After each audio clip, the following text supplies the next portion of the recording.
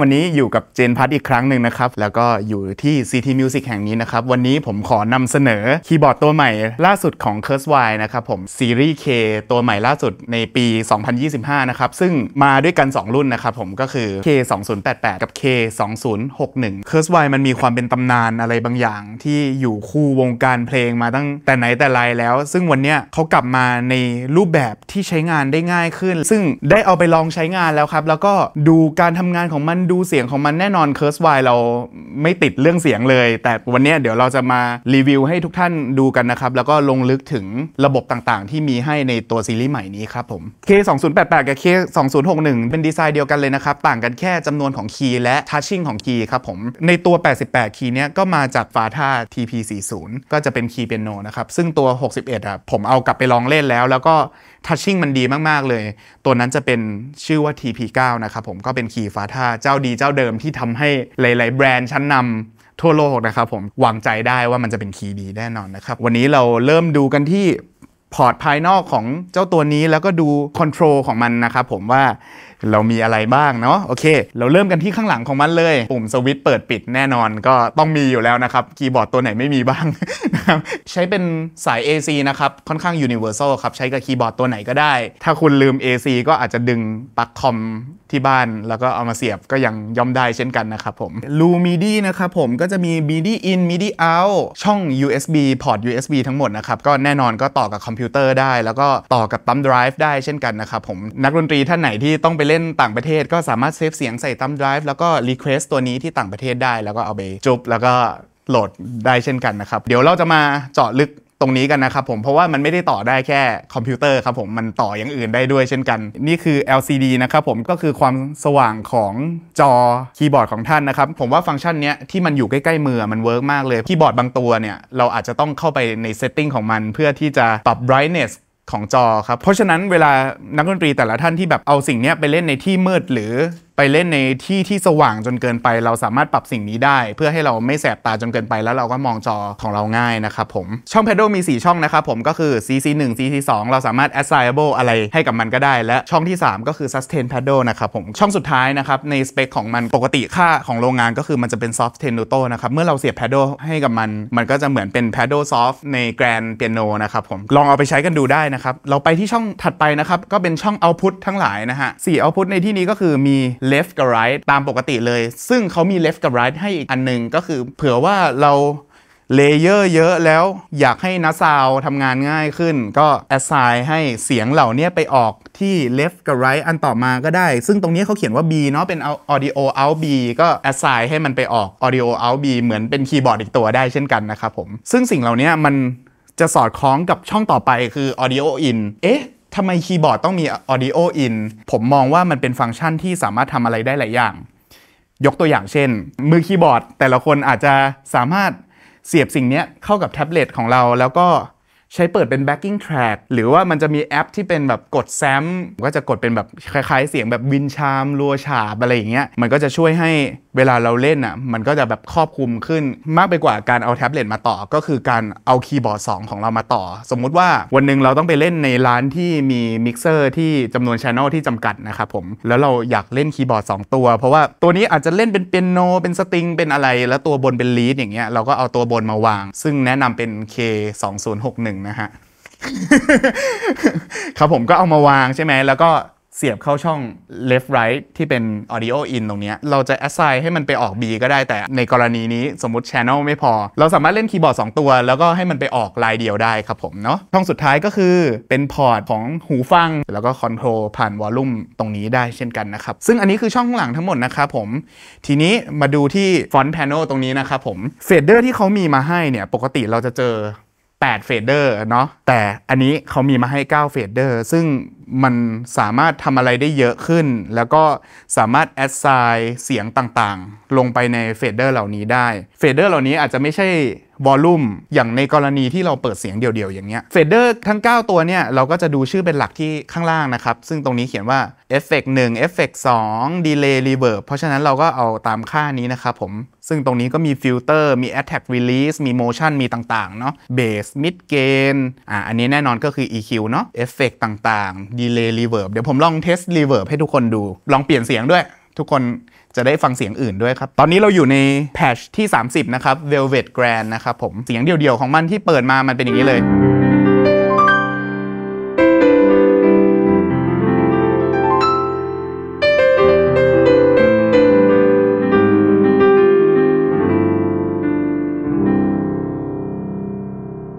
ทีนี้ผมอยากลองใส่รีเวิร์บให้กับมันดูนะครับผม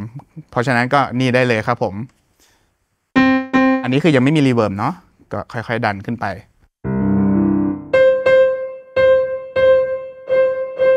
สังเกตว่าถ้าผมดันสุดปุ๊บอะเสียงดรายจะหายไปเลยก็คือเสียงเปียโนจะหายไปเลยแล้วเป็นแต่รีเวิร์บ 100% ก็คืออย่างเงี้ยไม่มีหัวเสียงเลยนะเพราะฉะนั้นทุกคนอาจจะต้องมิกซ์กับมันหน่อยสักประมาณนี้ผมเปิดไว้ประมาณ61เนาะ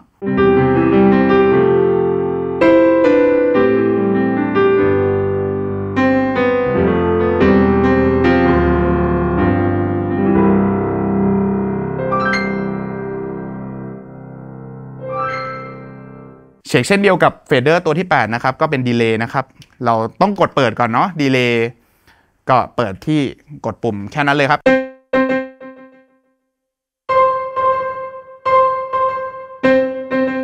ถ้าทุกคนได้ฟังกับหูฟังหรือลำโพงที่เป็นลำโพงสเตอริโอนะครับเราจะได้ยินเอฟเฟกต์ที่เรียกว่าปิงปองดีเลย์นะครับผมตอนนี้มันเด้งซ้ายขวาอยู่นะทุกคนลองฟังดูเนี่ยตึงเนี่ยก็อาจจะใช้ในกรณีต่างๆได้เนาะอันนี้ก็คือเราสามารถหยิบเลือกใช้ได้เลยเฟเดอร์ตัวที่7ที่เป็นเอฟเฟกต์2เนี่ยทางโรงงานก็แอสไซน์มาให้เป็นคอรัสนะครับผม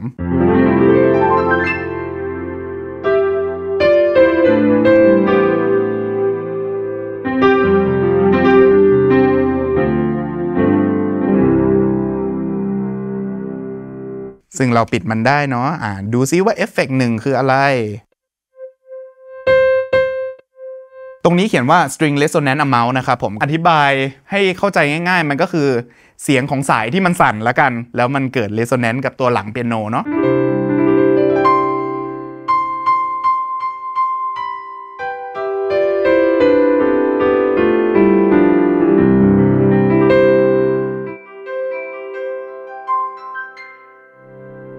โอเคซึ่งทุกคนถ้าเอาไปใช้อาจจะต้องระวังนิดนึงนะถ้าเราเปิดสุดเนี่ยมันก็จะแบบเวท 100% เลยเพราะฉะนั้นเราอาจจะต้องจำค่าในการมิกซ์ของเราหรือว่าปรับแล้วเซฟเป็นเสียงใหม่ได้เลยนะครับอันนี้คือเฟเดอร์ทั้งหมดที่ Kurzweil K2088 มีมาให้นะครับผมสิ่งนี้เราสามารถ assign อะไรก็ได้ทำอะไรกับมันก็ได้นะครับแน่นอนเรามี volume แล้วก็ฝั่งนี้เรามี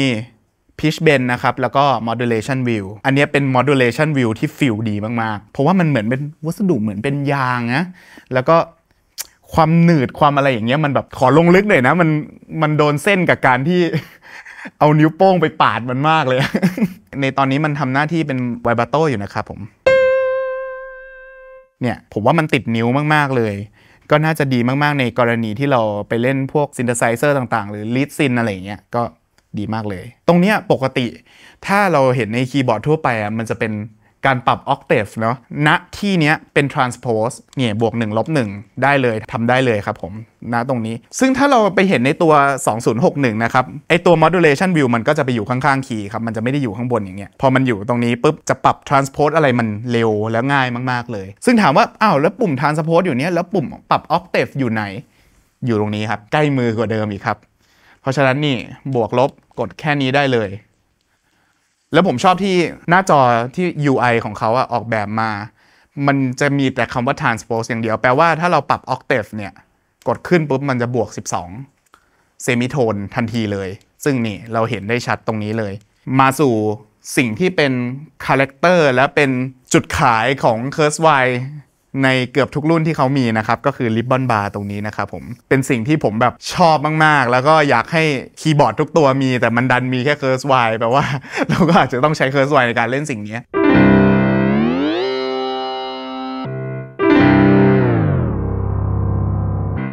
ยิ่งถ้าเราไปเล่นกับเสียงซินเธอไซเซอร์ต่างๆก็มันด้วยเช่นกันนะครับผมไปกันต่อนะก็ปุ่มไม่มีอะไรเลยก็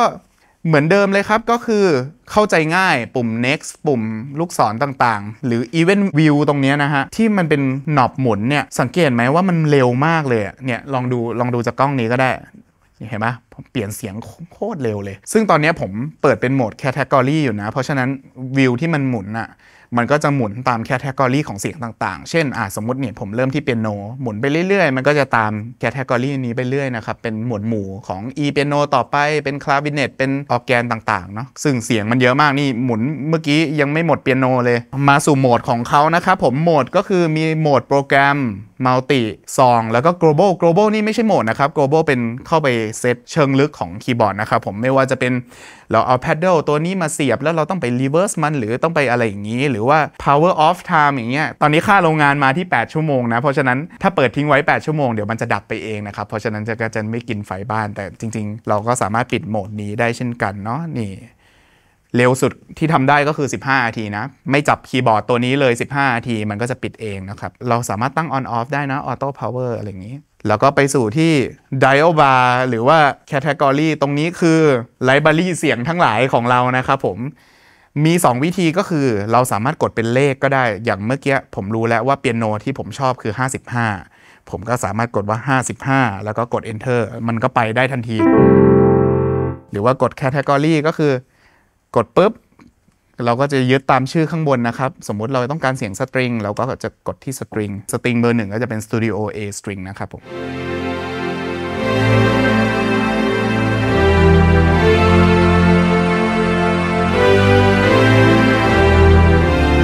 แน่นอนก็ได้เช่นกันในแต่ละเสียงเนี่ยที่เป็นเสียงที่โรงงานให้มา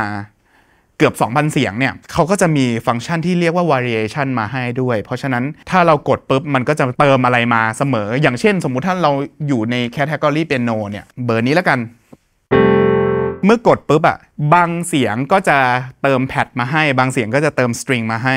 ซึ่งเราอาจจะไม่ต้องทำเองเลยจริงๆเราก็กดทำเองได้ตรงนี้นะครับเลเยอร์สปลิตต่างๆก็มองง่ายแล้วก็เข้าใจง่ายเนาะแต่อันเนี้ย variation ผมมีเปียโนเบอร์20นี้อยู่กด variation มันจะเขียนเลยนี่ pad layer มา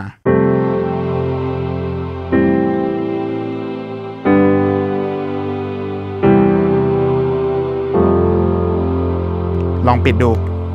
เห็นว่าเสียงมันก็ยังค้างอยู่แล้วเราก็สามารถเล่นต่อได้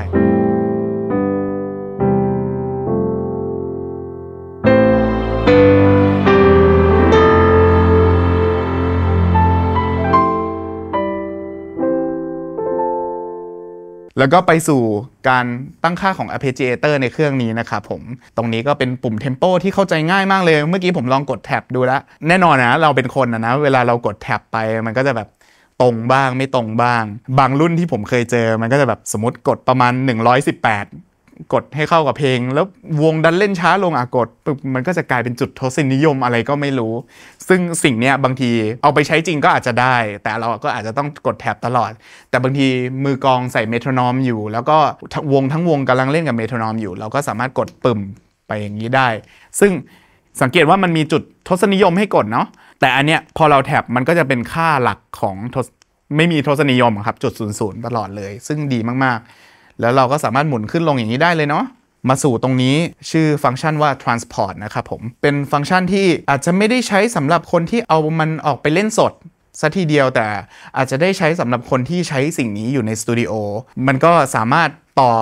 USB แล้วก็เข้าคอมพิวเตอร์ของเราแล้วให้ตัวนี้กลายเป็น MIDI controller กดตรงเนี้ยเพื่อ play หรือกดหยุดจะได้ไม่ต้องไปกด space bar สมมุติเราเล่นเร็วๆกดอัดกดอะไรอย่างนี้ข้ามห้องอะไรอย่างเงี้ยมันก็กดผ่านตรงนี้ได้เลยขยายเรื่อง MIDI controller นิดนึงผมรู้สึกว่าตัวเนี้ยน่าจะเอาไปทำเพลงได้ดีเลยล่ะถ้าใครที่ไม่ได้ซื้อออกไปเล่นมากหรือว่าอยากได้คีย์บอร์ดที่ทั้งออกไปเล่นแล้วก็อยากได้คีย์บอร์ดที่ทั้งทำเพลงด้วยตัวเนี้ยมันดีมากๆตรงที่ผมบอกว่า modulation wheel อย่างเงี้ยจะดีมากๆสำหรับการเขียน expression ของสตริงต่างๆหรือว่าเครื่องออร์เคสตราต่างๆอันนี้ดีมากๆเลยนะครับผมก็ลองเอาไปใช้กันดูได้มาพูดถึงเรื่องเสียงของเจ้าคีย์บอร์ดตัวนี้กันดีกว่านะครับผมคือ K2088 นะครับและ K2061 คีย์บอร์ดทั้ง2ตัวนี้เราสามารถลงเสียงที่เป็นของ FM synthesizer ได้นะครับผมซึ่ง FM synthesizer คืออะไรมันคือชื่อของ synthesizer ในยุคหนึ่งนะครับผมที่เขาใช้กันไม่ว่าจะเป็นแบบพวก DX7 หรืออะไรก็แล้วแต่เราสามารถลงไฟล์นั้นเข้ามาในคีย์บอร์ดตัวนี้เพื่อที่ว่าเราจะเล่นเสียงนั้นได้อย่างจริงๆได้เลยนะครับผมรวมถึงเสียงในตัวของมันเนี่ย memory ที่มันเขามีให้เนี่ยก็คือ2 GB นะครับก็เยอะมากๆสามารถโหลดเสียงลงเสียง เอาเข้าเอาออกได้ตามที่เราพึงพอใจเลยนะครับเสียงของ K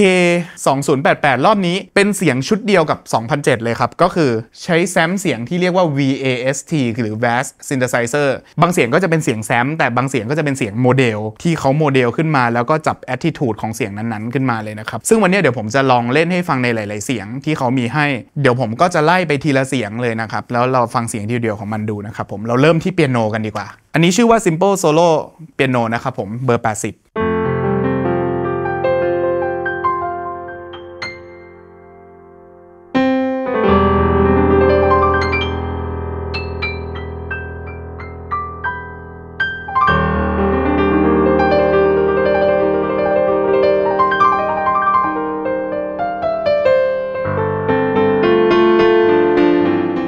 ซึ่ง variation ของมันนะครับผม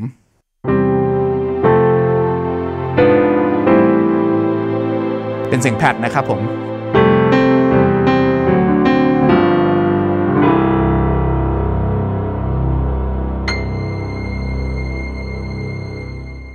เราลองฟังเปียโนที่มันดูถูกออกแบบมามากขึ้นนะ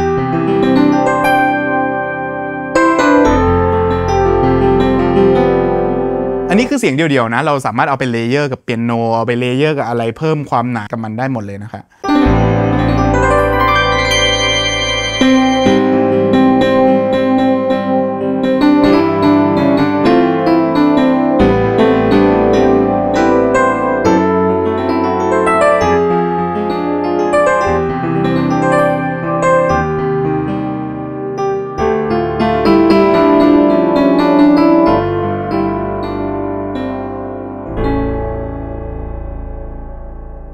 และแน่นอนเขาก็จะมีเสียงเปียโนที่ชื่อดังของเขาอยู่ก็คือ K 2006นี่ตรงนี้เขียนว่า K 26นะครับก็จะเป็นเสียงเปียโนเก่าแก่ที่เขาใช้กันมาเนิ่นนานแต่เป็นเสียงที่มีคาแรคเตอร์อย่างมากของ Kurzweil นะครับผมเสียงดีเสมอ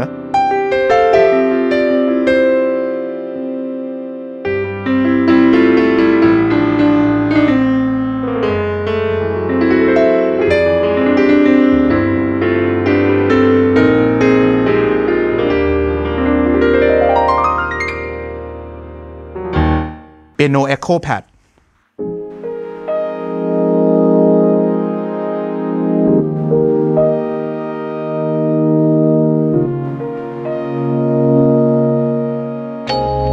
ว้าว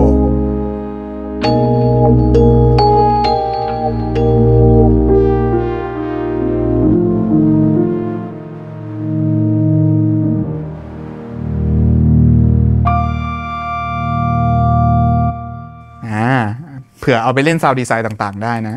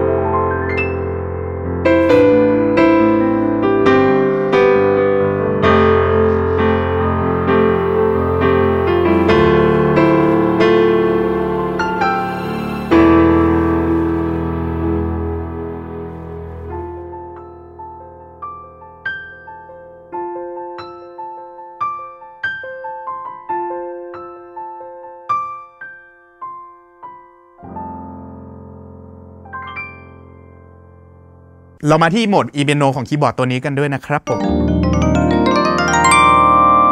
ลองหาเสียงที่เราชื่นชอบดูซูทเคสนะครับโอเคถ้าเป็นผมจะใส่คอรัสให้กับมัน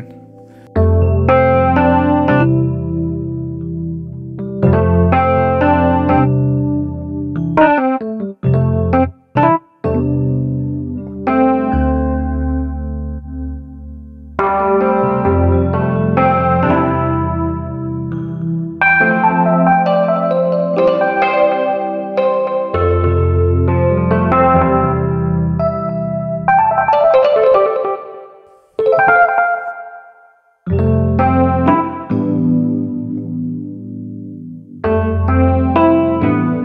เอฟเฟกต์1เป็นเฟเซอร์นะครับ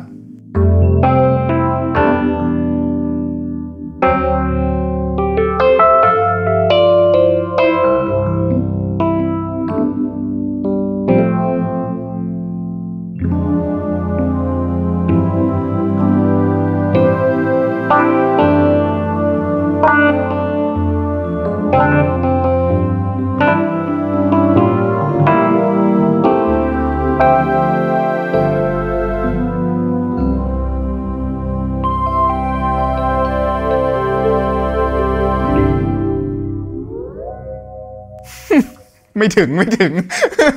โอเคไปกันต่อนะ E piano นะครับไหนลองดูซิว่ามี Equalizer ด้วย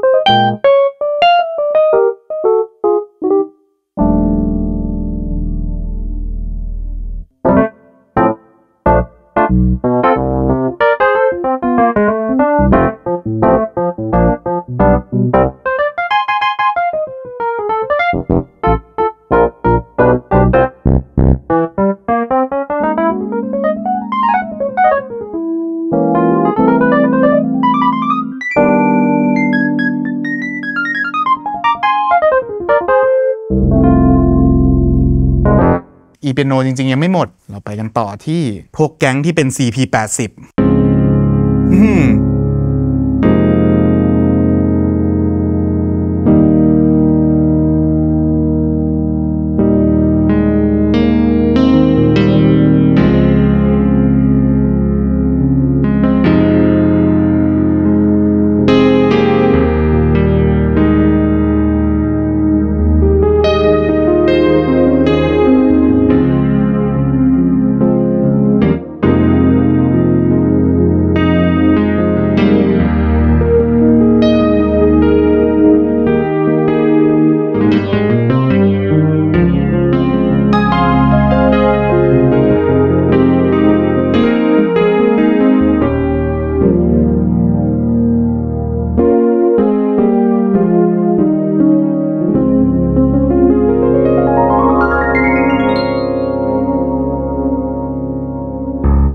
เล่นได้ทั้งวันครับคีย์บอร์ดตัวนี้เราสามารถแบบสครอลไปเรื่อยๆแล้วลอง explore สิ่งที่อยู่ในหัวของเราผ่านเสียงที่คีย์บอร์ดตัวนี้กำเนิดขึ้นมาเนาะตอนนี้เราไปถึงคลาวิเนตแล้ว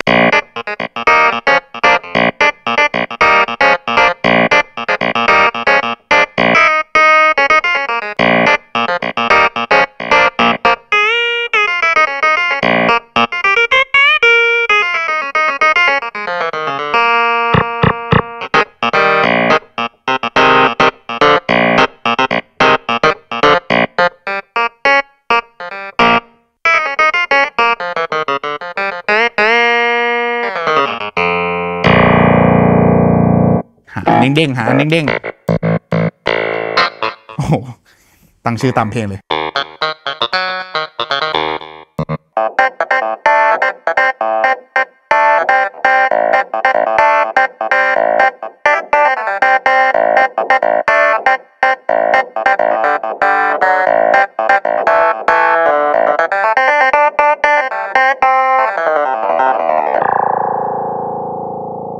นี่คือคาร์วินเนตนะครับไปต่อที่ออร์แกนนะครับซึ่งออร์แกนของเขาเนี่ยจะอยู่ในไลบรารีที่ชื่อว่า KB3 Tone View นะครับผมเมื่อเราเปิดมาที่แพทช์ออร์แกนของ Kurzweil ตัวนี้เนี่ยเฟดเดอร์ทั้งหมดก็จะเปลี่ยนเป็นดอบาร์เลยนะครับผมนี่เห็นไหมนี่เราเห็นเลยว่าดอบาร์นี่แต่เดี๋ยวเราไปค่ามาตรฐานของเขาก่อนนะ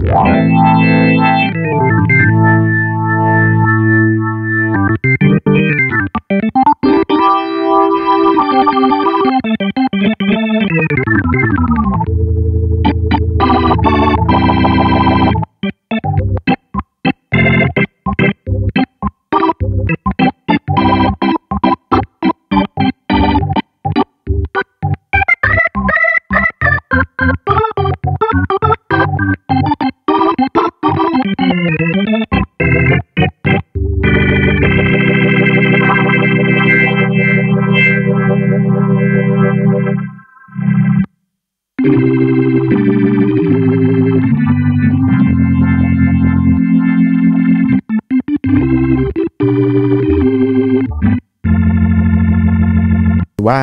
ถ้าเป็นฟังก์ชันที่ผมจะชอบใช้เนี่ยผมจะชอบเปิดเสียงคลิกกับมันด้วยนะครับเป็นเสียงเปอร์คัสซีฟ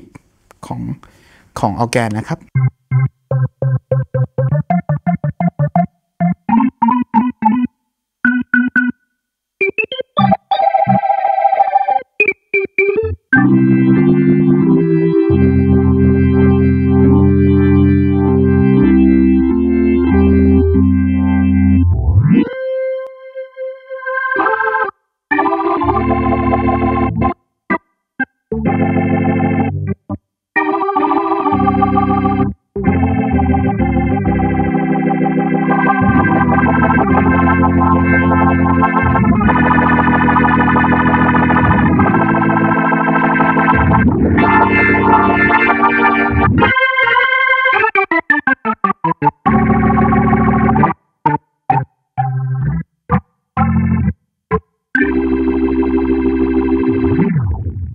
แล้วเขาก็มีพรีเซตต่างๆมาให้เลยเผื่อเรา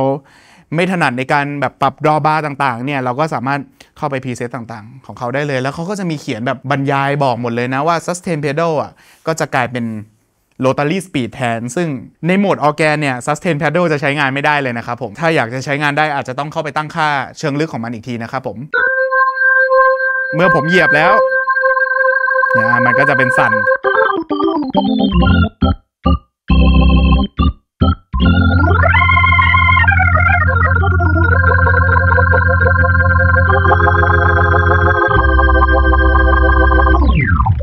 โอเคไปกันต่อสตริงครับสตริงมีเสียงที่ผมชื่นชอบอยู่ก็คือ Nashville String นะ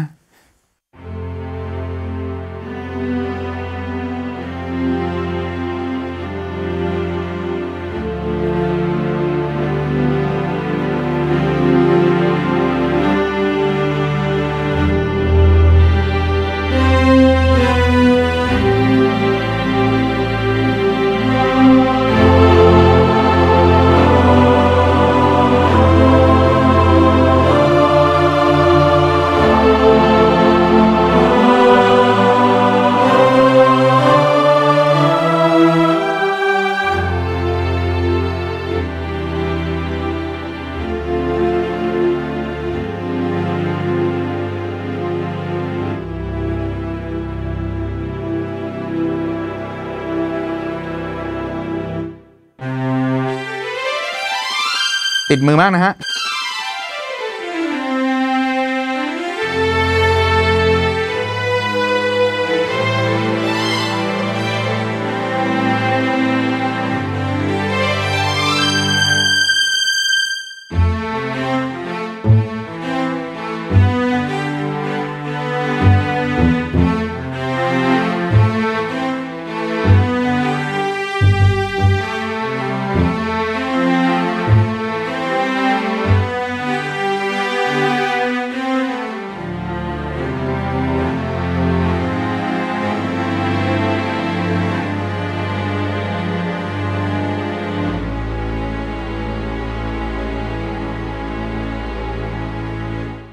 ซึ่งเสียงสตริงหรือเสียงออร์แกนส่วนใหญ่เนี่ยก็จะมีความคล้ายคลึงกับแฟลกชิพของ Kurzweil เลยนะครับก็คือ K 2007นะครับผมชื่อใกล้ๆกันหรือชื่อเดียวกันเลยด้วยซ้ำแล้วก็ใช้ Engine ตัวเดียวกันเลยครับเราลองข้ามไปที่แพดดูครับ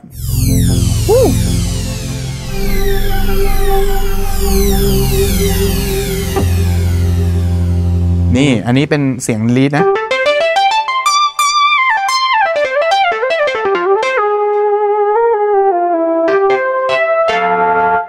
variation ของมันก็คือเปลี่ยนจากโมโนกดโน้ตเดียวกลายเป็นกดคอร์ดได้สมมุติว่า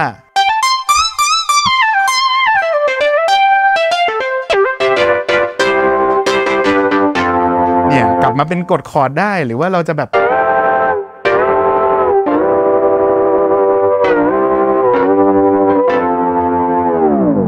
เนี่ยเท่มากๆเลยแล้วมันก็จะมีเสียงต่างๆเสียงเบสโอ้อันนี้น่าจะเป็น arpeggiator ด้วยนะครับ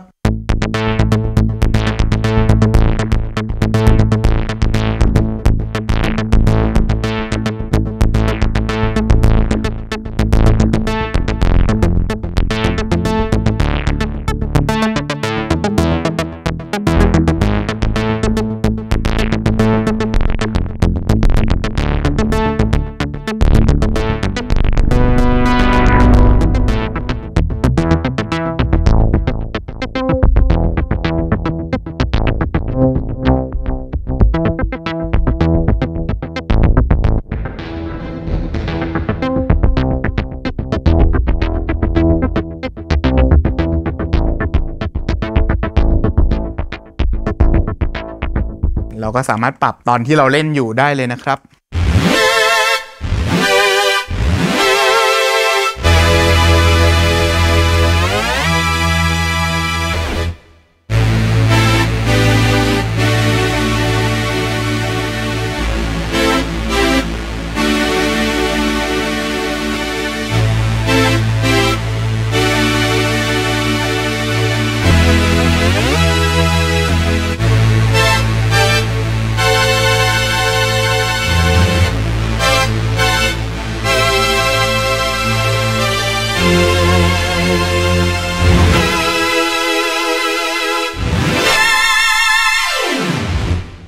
นี่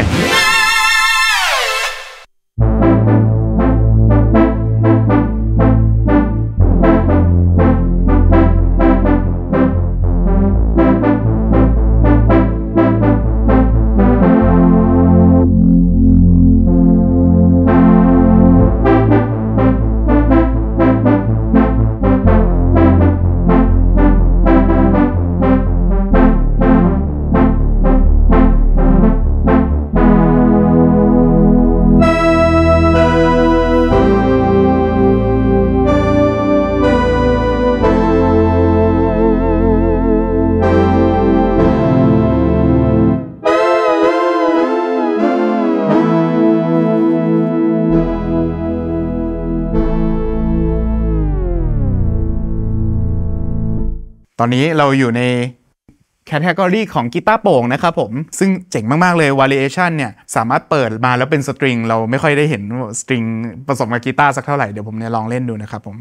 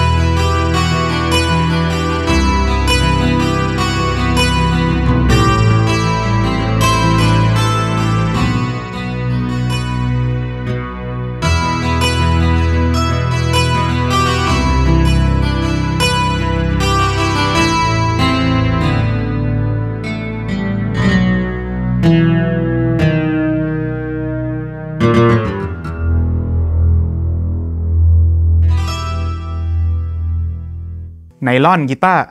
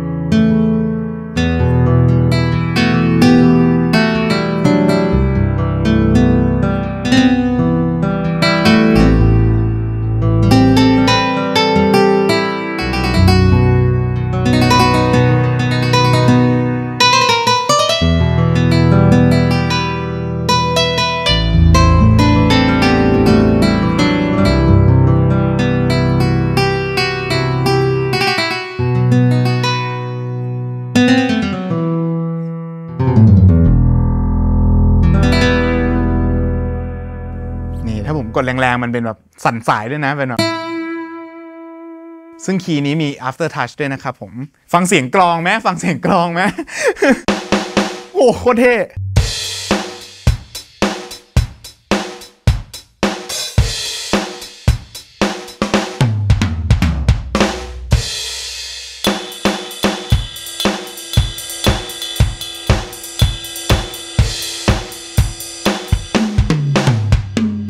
ทอม8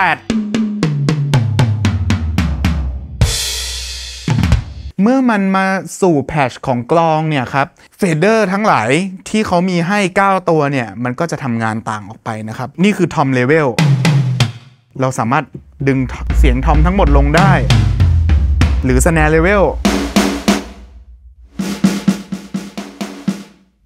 kick level hi hat level มีหมดเลยฮะ auxiliary ต่างๆมีคอมด้วย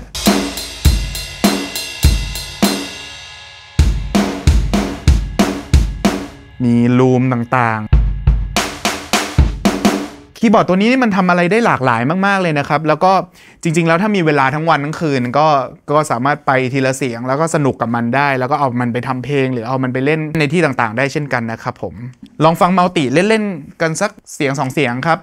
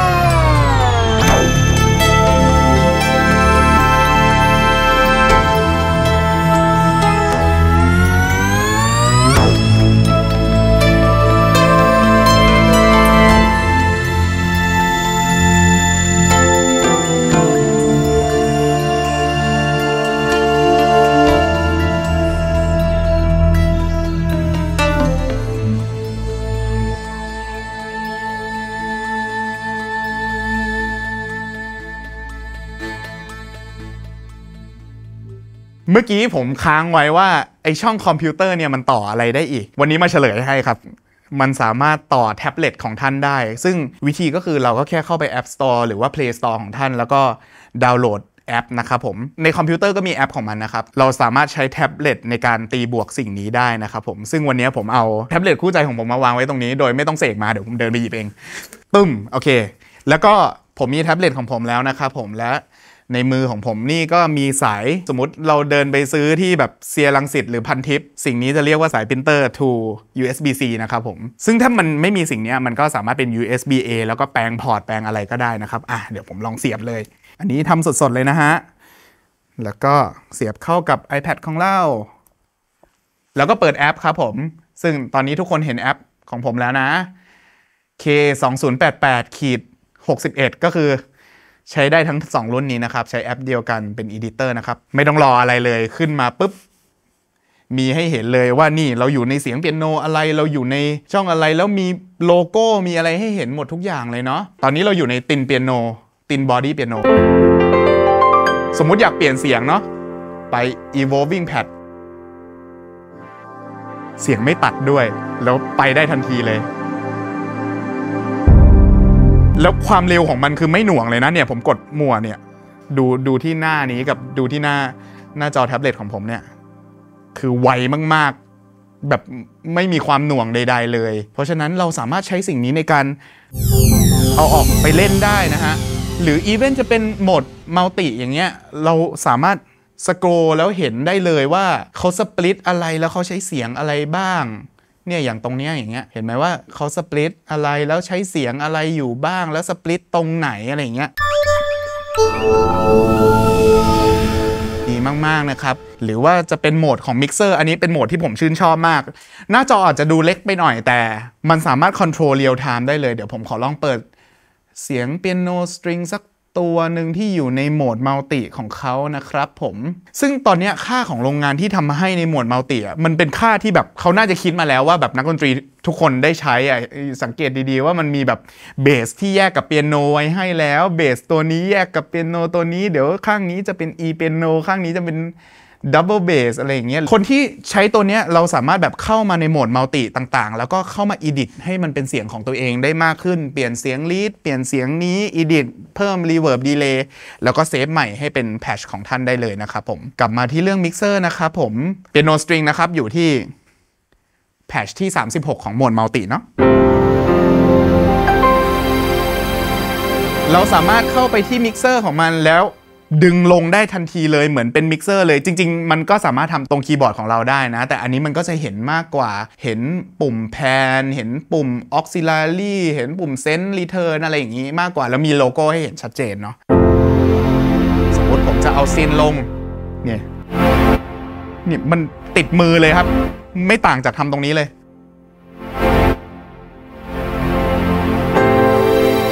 ซีนอาจจะดังไปเอาลงนิดนึง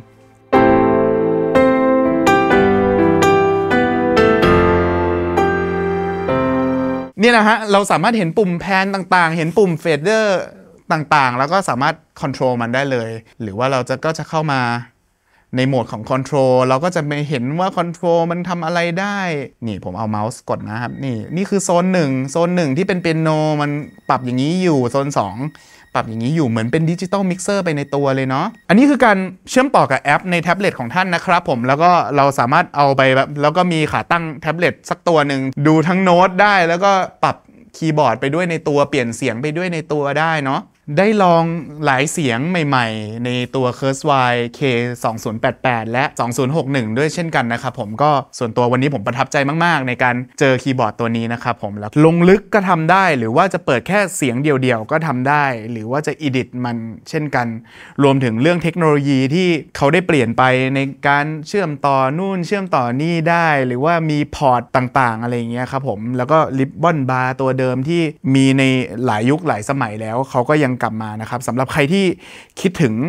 เสียงเหล่านี้ในปี 2025 นี้เขากลับมาในร่างทองของเขาแล้วก็แต่ละคนน่าจะเอาไปแล้วก็ลงลึกกับมันใช้งานในแต่ละสายงานสายอาชีพได้นะครับผมก็วันนี้มาลองกันได้ที่ CT Music ครับผม